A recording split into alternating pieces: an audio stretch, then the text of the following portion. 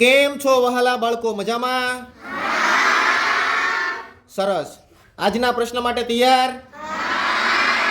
આજનો પ્રશ્ન છે, અરીસાને અંગ્રેજીમાં શું કહેવાય?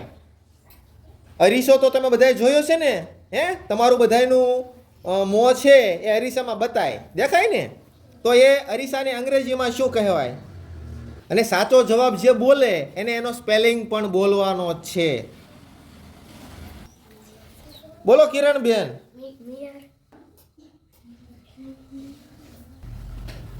બોલો ઝરણાબેન. મિરર. મિરરનો સ્પેલિંગ MR. સીધું ડાયરેક્ટ MR. હાય. ખોટો જવાબ છે બેટા. બોલો દ્રષ્ટિબેન. MIRAL મિરર એટલે અરીસો. ખોટો જવાબ છે.